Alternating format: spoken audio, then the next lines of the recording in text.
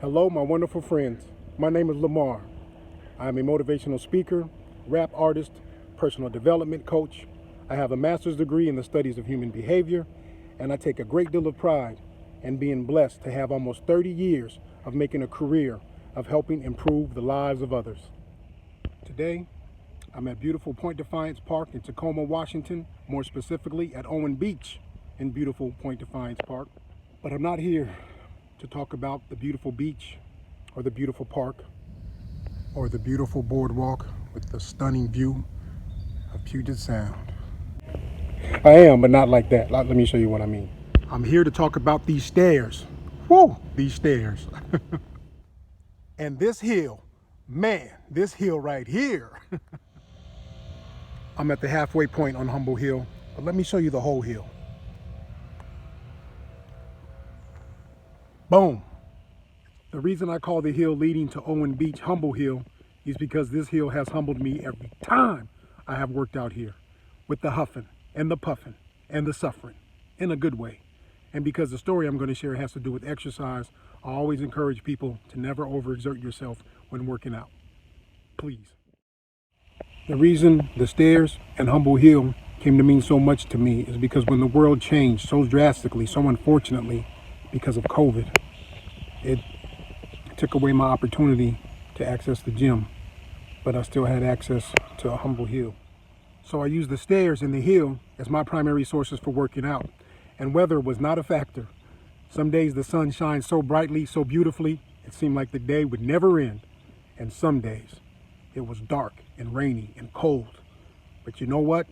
Didn't matter. I was here day after day, sticking to my goal of staying active and continue my journey, my long journey and goal to lose weight and to get as healthy as I can possibly be. And then one glorious day, I got the bright idea to run the entire hill. And and here's what happened. So my workout routine was a big loop that I did 5 times. So did the stairs 5 times, did the hill 5 times.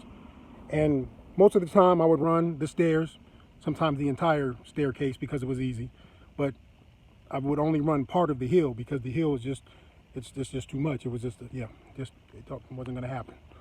But the day that I decided to do it, to go out to the hill, I knew I had to do it on the first lap, or it just wasn't gonna happen any time after that, any lap after that, right? As I was running up the hill, things got real difficult real fast. They became much more challenging than I expected. And in addition to encouraging and inspiring myself, I thought, what can I do physically to ensure that I can make it to the top of this hill and reach that goal that I've had for quite some time?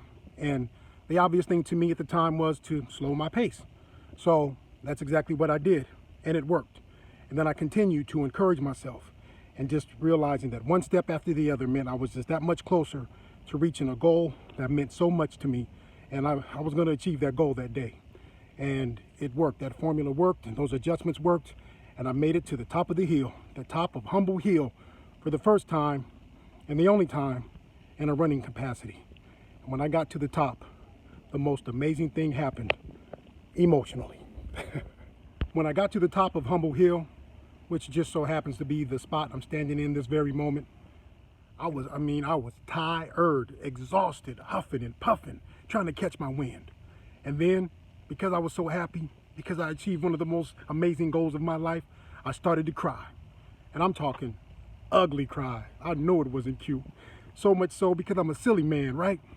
I reached in my pocket and grabbed my phone so I could turn on the camera and look at myself as I cried, because I knew it wasn't a good look.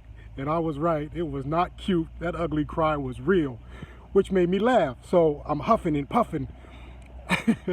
I'm crying, and then I'm also laughing because of how I look when I cried. And it was just, you know what I mean? I was in there, and I loved it. One of the most amazing moments of my life.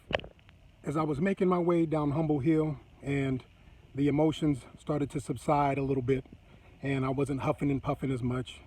I wasn't ugly crying, and I wasn't laughing at myself for ugly crying. I started to think about what it took to achieve this amazing goal that I set for myself. And one of the first things that came to mind was internal motivation. I had a lot of internal motivation on board. And then I thought about my willingness to assess and adjust my approach in order to achieve the success I desired.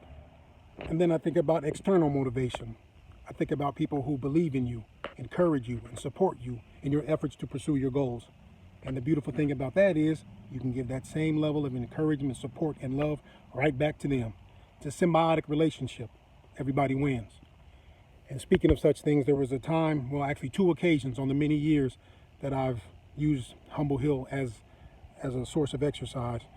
There was a group of young people who would park along the side of the hill, and they're just laughing and talking and having fun. But each time that I passed by, they would clap and cheer and yell encouraging things to me out of their window. And then on one occasion, one of the young fellas got out of the vehicle and walked up the hill with me. He didn't walk very far because this hill is real and he wasn't ready. But I appreciated the gesture and it touched my heart, and it's something that I think about quite often, to be honest, especially every time I'm here. So support and encourage each other to pursue our goals, and it definitely improves our chances of achieving those goals and helps them do the same. Now, with that particular group, I don't know what any of their goals were, so it's not like it's applicable every time, but on that day, they really helped me out. On those 2 occasions, I should say, they really helped me out, and I'll always appreciate their kindness and their support and their encouragement. And they were absolute strangers, but they were kind and respectful and encouraging, and I love that kind of stuff. I just do. And then I thought about the willingness to fail. Was I willing to fail in order to achieve this goal? And the answer was yes. And as many of us have learned throughout our lives, regardless of the goal, simple goal, more complex goal, short-term goal, long-term goal, failure is quite often a significant part of achieving our success and our goals, and also quite often one of the most significant motivators ever. Lastly, I want to talk about kindness. Love me some kindness. And doing the work that I've done over the many years that I've done it, I have met a lot of people who genuinely struggle with being kind, especially to themselves. So then the work begins with making kindness a priority. And then we start to explore ways that they can ensure that kindness is a part of their lives on a daily basis.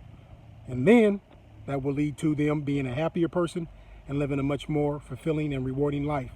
And then it also enables them to be kind to others, because we all know it's okay to be kind. And we all know kindness counts. It always has, it always will. So it is my hope that this video has brought some goodness to your life. And I do appreciate you stopping by to watch the video. And I welcome your comments and your thoughts on the video. And hope that you stop by in the future to check out future videos. And that you share this with others. And that it brings goodness to their lives as well. I hope all is well with you. And I do appreciate your time. Thank you very much. And God bless.